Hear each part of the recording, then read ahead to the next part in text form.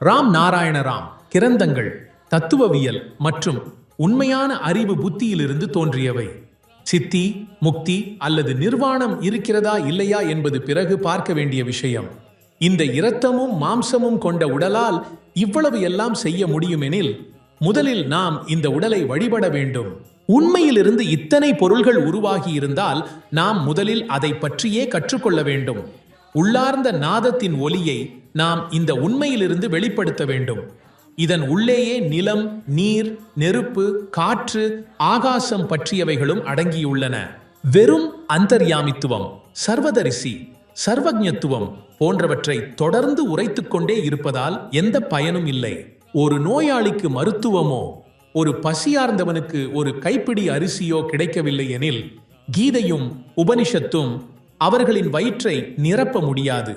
நாம் முதலில் இந்த பூமியில் நாம் எப்படி வாழ்கிறோம் என்பதை புரிந்து கொள்ள வேண்டும். இந்த இரத்தத்தையும் மாம்சத்தையும் வளர்க்க நாம் என்ன செய்ய வேண்டும் என்பதை நாம் உணர வேண்டும். கத்திக்கொண்டு அல்லது உரத்த குரலில் பேசிக்கொண்டு எந்த வேலைக்கும் செல்ல முடியாது. வயிறு நிறைந்திருக்கும் போது மட்டும் நெறி உரைகள் நன்றாக தோன்றும். ஆனால் இன்றைய அனைத்து நெறிகளும் வறுமையின் வலையில் சிக்கிக் கொண்டு விட்டன. எத்தனை சமுதாயங்கள் அழிவின் விளிம்பில் உள்ளன.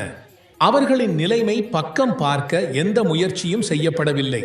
அவர்களின் கல்விக்கான ஏற்பாடுகளும் எதுவும் செய்யப்படவில்லை. எவருக்கும் குற்றம் சுமத்த முடியாது.